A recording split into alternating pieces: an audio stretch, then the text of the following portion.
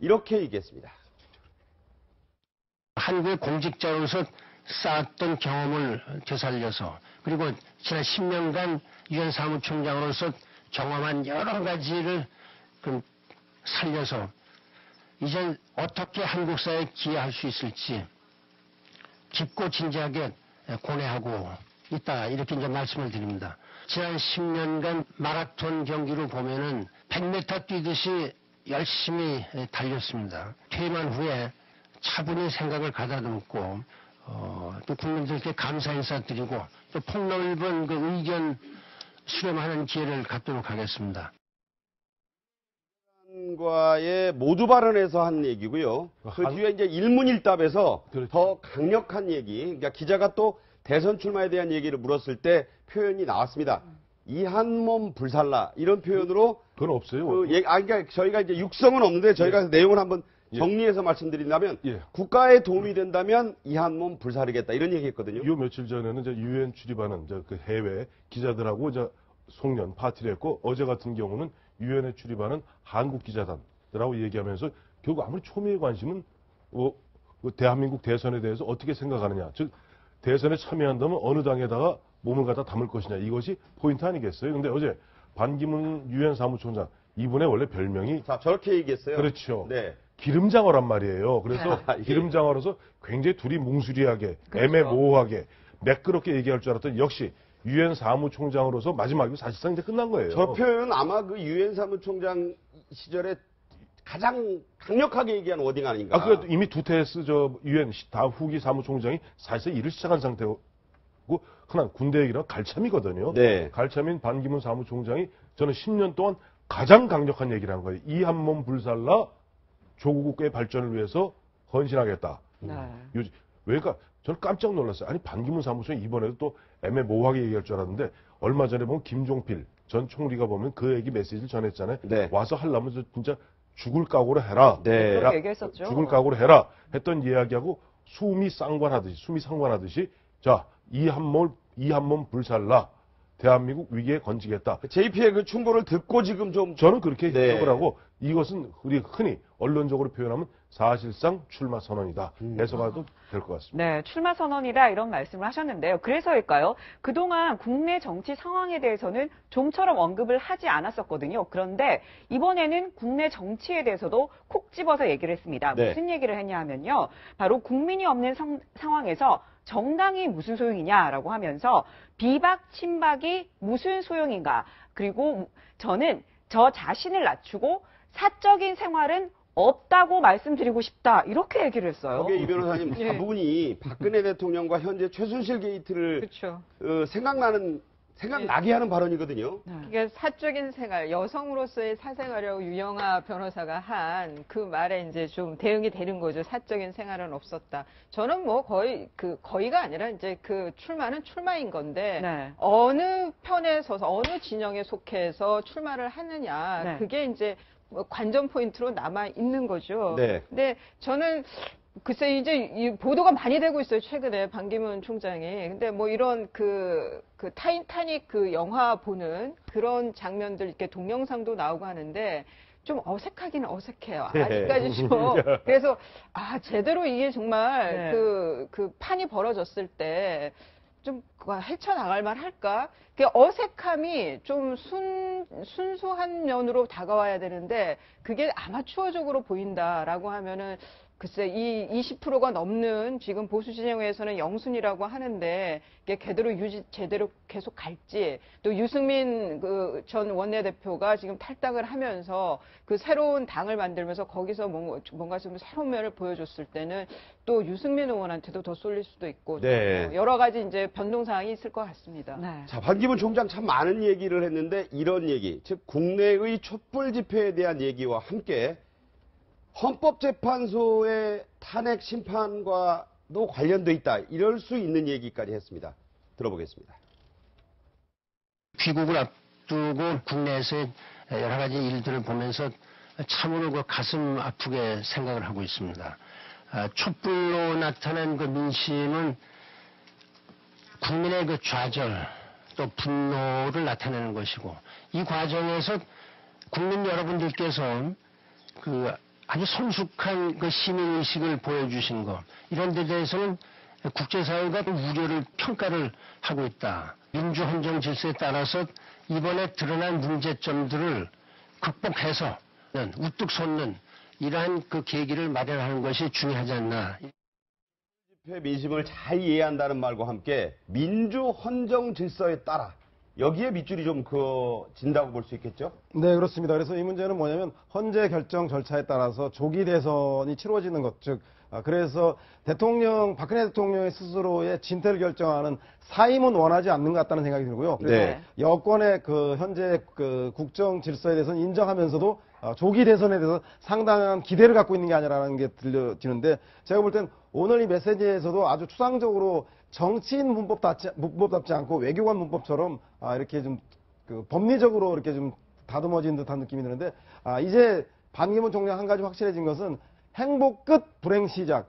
칼집의 칼은 칼집에 있을 때 그 위력을 발휘하는 것이지 실제 칼을 뽑았을 때 국민들에게 어떤 영향을 줄 것인가. 이제 반기문 민주헌정 질서라는 게 이제 헌법과 법률의 절차에 따라야 된다는 말도 있고, 또 하나 야당에도 좀 너무 급진적으로 당장 어떻게 물러나라 이런 건 아니다, 이런 뜻 아닌가요? 그렇죠. 뭐 문재인 전 대표 같은 경우 지금 시민혁명을 이야기하고 있지 않습니까? 탄핵이 안 될 경우는 시민혁명을 그러니까 불이 타오를 수밖에 없다는 식으로 이야기를 하시는데, 그런 여러 가지 그러니까 헌정에 벗어나는 이야기를 하면 안 된다는 그런 메시지를 우회적으로 던진 것이 아닌가 하는 생각이고요. 저는 뭐 반기문 총장의 최근의 이거 은행을 보면서 떠오른 좀 키워드가 있습니다. 하나가 뭐냐면 일종의 메시아론 같은 거 네. 느낌을 받는데요. 네. 지금 뭐라고 이야기했냐고 하면 귀국하지만 참담하다고 그랬거든요. 그러니까 귀국하는데 왜 참담합니까? 지금 이제 본인이 한국이 놓여 있는 정치적 상황이 6.25 이후에 최대 혼란하다는 거죠. 정치적 네. 혼란한데 이렇게 난시에는 뭐가 나와야 됩니까? 영웅이 나올 수밖에 없는 거 아닙니까? 네. 그렇다면 그 영웅이라는 것은 기득권의 그런 여러 가지 이해관계에 얽매이지 않는 사람. 네, 네. 자신은 그러니까 정치권하고 상당히 벗어나 있었고 네. 10년 동안 한국하고 떨어져 있던 상황 아닙니까? 네. 그렇지만 여러 가지 국제적으로 중요한 현안들에 대해서는 자신이 국제적인 갈등의 현장에 가서 다 해결하는 그런 모습을 보여왔기 때문에 그러한 리더십이 결국 이 한국에서 필요한 것이 아닌가 하는 것을 지금 우회적으로 이야기하고 있는 거죠. 그러면서 본인이 이야기하고 있는 것 중에 리더십의 가장 중요한 실체 중에 하나가 인클루시브 리더십이라 해서 포용적 리더십을 이야기하고 있어요. 예. 그러니까 지금 한국이 처하고 있는 것이 소득격차, 지역주의, 그리고 뭐 남녀 차별 이런 등등의 이 모든 차이를 극복할 수 있는 리더십이 필요하다고 이야기하면서 기존의 정치에 때묻지 않은 자신의 통합적 리더십이 필요한 상황이라는 것을 강력하게 주장을 하고 있는 거예요. 네. 그러면서 또 하나 분명한 디펜스는 치고 있습니다. 뭐냐면 소위 말해 친노가 이야기한다고 하는 배신 문제에 대해서 네. 자신은 절대 그런 일 없다. 그 얘기를 자신은 조금 이따 또 할 거거든요, 자세히. 그건 예. 그때 이야기하겠습니다. 네, 지금 말씀을 들어보면 어제 방 총장 이 출마에 대한 마음은 굳혔고요. 그리고 한국 상황을 보면서 가슴 아프게 생각한다 이런 말도 했고, 친박 비박이 무슨 소용이냐, 사적인 생활은 나는 전혀 없다 이렇게 얘기를 하면서 박근혜 대통령과 이렇게 선긋기를 나선 모습이 확연하게 보이는데요. 네. 하지만 박근혜 대통령과 반기문 총장 그 전까지만 해도 좀 두 사람이 밀월 관계가 아니냐 이런 얘기가 나왔었거든요. 그때의 모습을 영상으로 보시죠. 대한민국 대통령님을 모시니까. 자, 보면은요, 예. 저때 나온 얘기가 찰떡공조, 찹쌀떡공조, 네. 뭐 그랬거든요. 그 찰떡공조 맞아요. 그러니까 유엔 사무총장과 대한민국 대통령으로서 둘 다 국가원수급 아닙니까? 네. 어떻게 보면 대한민국에서 배출한 유엔 사무총장이 대한민국 대통령과 공조하는 것이 그건 잘못된 거 아니죠. 그건 잘한 것이고, 문제는 이 반기문 유엔 사무총장이 보면 굉장히 심사숙고해서 이 기자 간담회에 대비하고 있었다. 세 가지만 예를 하나 들어드릴게요. 첫째, 보면 얘기 상도동 동교동도 없고 친박 비박도 없습니다. 네. 라고 하면서 은근히 보면 여야를 갖다 후려치는 얘기예요. 아, 네. 두 번째, 아까 민주 헌정 질서 내에서 무엇인가를 해야 된다. 그건 뭐냐니까 아까 책에서 잠깐 언급하셨습니다만 최근에 문재인 전 대표가 얘기했던 헌재에서 기각되면 혁명밖에 없지 않느냐 하는 부분에 대해서 사실 되치는 이야기입니다. 네. 셋째, 아까 말씀하신 최고의 참담한 상황이 지금 6.25 이후 최고의 참담한 상황이라고 그랬잖아요. 네. 6.25를 얘기하는 순간 보수 중에서는 가슴이 울립니다. 네. 맞다. 무찌르자 오랑캐. 뭐 이런 식으로 가슴이 울리죠. 예를 들어서 광주민주항쟁이라든가 참담한 상황 그 외에도 많았어요. 많았으량한 나름대로 메시지를 던지는 것이고 그것이 앞서 세 분 말씀하셨던 바와 같이 보수의 입장에서는 어쨌든 지금 유력한 대선 주자가 없는 마당에 메시아로 느껴질 수도 있는 그런 부분이다.